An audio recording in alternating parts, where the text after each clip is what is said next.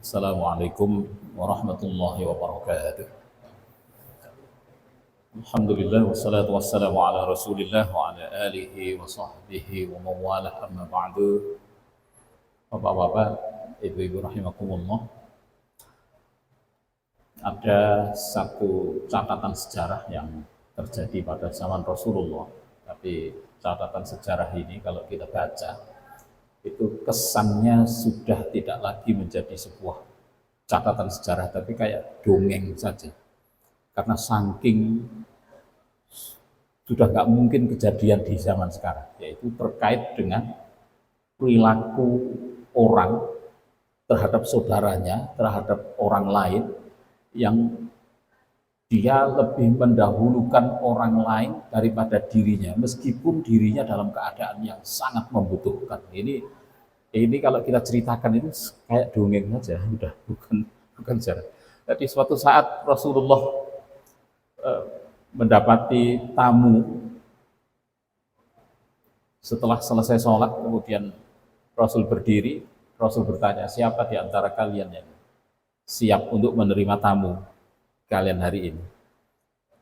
Ada yang kemudian angkat tangan, saya ya Rasulullah. Tapi apa yang terjadi? Setelah tamu itu diajak pulang, disuguhin makan, ternyata tuan rumahnya itu hanya punya makanan satu piring yang untuk satu orang saja. Akhirnya apa? Makanan ini hanya diberikan kepada tamunya. Supaya tamunya enak makan, lampunya dimatikan. Terus kemudian dia pura-pura ikut makan, padahal itu nggak ada. Ini bukan sejarah, ini dongeng ini. Karena sudah nggak mungkin sekarang ada orang model kayak gini. Jadi ini yang kemudian menjadi sebuah catatan diabadikan di dalam Al-Quran itu. Sahabat Rasulullah itu sudah dinyatakan sampai yu'thiruna ala anfusihim walau kana bihim khasasah. Tingkat hampir ini menjadi sebuah kebiasaan sahabat secara umum.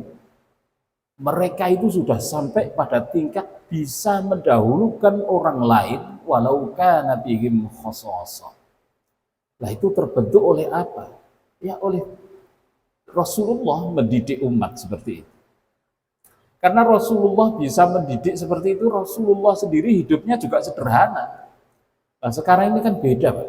Kiai-kiai sekarang ngajarin orang hidup sederhana, kiai naiknya mobil Alphard. Mobil. Ini nyata. Kayak gini ya, gimana mau ngajarin kayak itu? Ya enggak bisa. Rasulullah enggak, Rasulullah ya hidup normal, hidup biasa. Suatu saat Rasul masuk ke masjid, dia lihat ada satu sahabatnya yaitu Abu Hurairah sedang telanjang dada.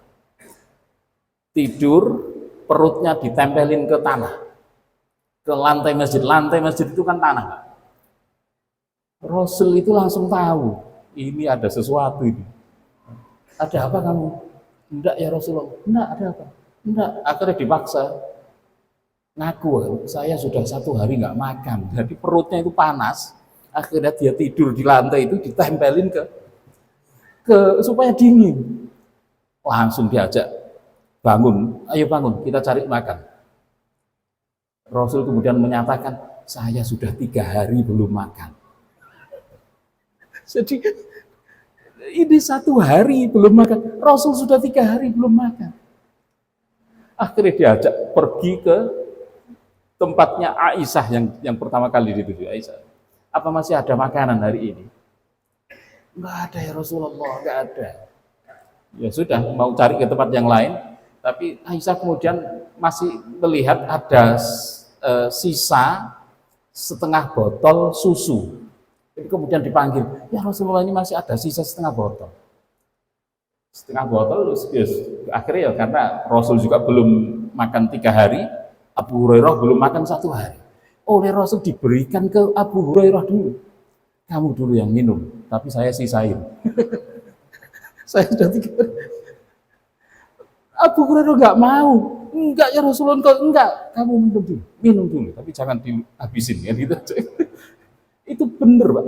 Diminum, akhirnya dibagi 2. Jadi Nah, kalau yang mengajarkan itu juga mencontohkan perilakunya kayak gitu ya, maka akan benar-benar bisa dibangun sebuah kehidupan yang yu'thiruna ala anfusihim walau kana bihim khasasah. Mampu mendahulukan orang lain meskipun dirinya sangat membutuhkan. Ada satu catatan sejarah lagi, ini ya menjadi sebuah dongeng juga ini. Jadi ketika selesai perang, ini ada yang sahabat-sahabat itu, beberapa sahabat itu selesai perang ada dalam keadaan terluka, kehausan dan lain sebagainya. Kemudian ada orang saudaranya, seorang perempuan membawakan minuman untuk saudaranya yang perang dan sedang kehausan. Saat dia mau minum, ternyata ada temannya yang juga kehausan. Ini sudah mau diminum, diberikan kepada saudaranya yang kehausan. Ini terjadi. Begitu ketika saudara yang mau minum itu mau minum, ada lagi yang lain diberikan lagi, sampai akhirnya kembali kepada dia dan semuanya akhirnya meninggal dalam keadaan syahid semua. Ini sekali lagi ini sebuah cerita tapi sudah menjadi dongeng saja. Ya semoga walaupun nggak harus ekstrim itu kita masih bisa meneladani lah sedikit-sedikit, karena Al-Quran juga menyatakan orang itu bisa memikirkan saudaranya, memikirkan orang lain itu tidak harus menunggu kaya raya, nggak harus menunggu punya tumpukan yang banyak. Al-Quran menyatakan yunfikuna fis sarra'i wad-dharra. Orang yang muttaqin, orang yang bertakwa, ini nanti juga hasil dari puasa kita itu mereka yang mampu memberikan perhatian kepada orang lain, membagi dan lain sebagainya, itu fisarra'i wad-dharra. Dalam keadaan kita sedang mapan, sarra dalam keadaan lapang, tapi wad-dharra, dan ketika kita dalam keadaan sulit itu masih diperintahkan untuk punya perhatian kepada orang lain. Saya kira ini satu sikap yang mendapatkan pujian dari Allah. Dia masuk golongan orang-orang al-muttaqin, dan itu ternyata ya hasil dari puasa yang kita lakukan sebulan ini. Sekali lagi bahwa kesalehan kita di bulan Ramadan itu tidak dilihat di bulan Ramadan ini. Kalau di Ramadan ini kita soleh itu lumrah, biasa ya, orang Ramadan kok soleh itu biasa.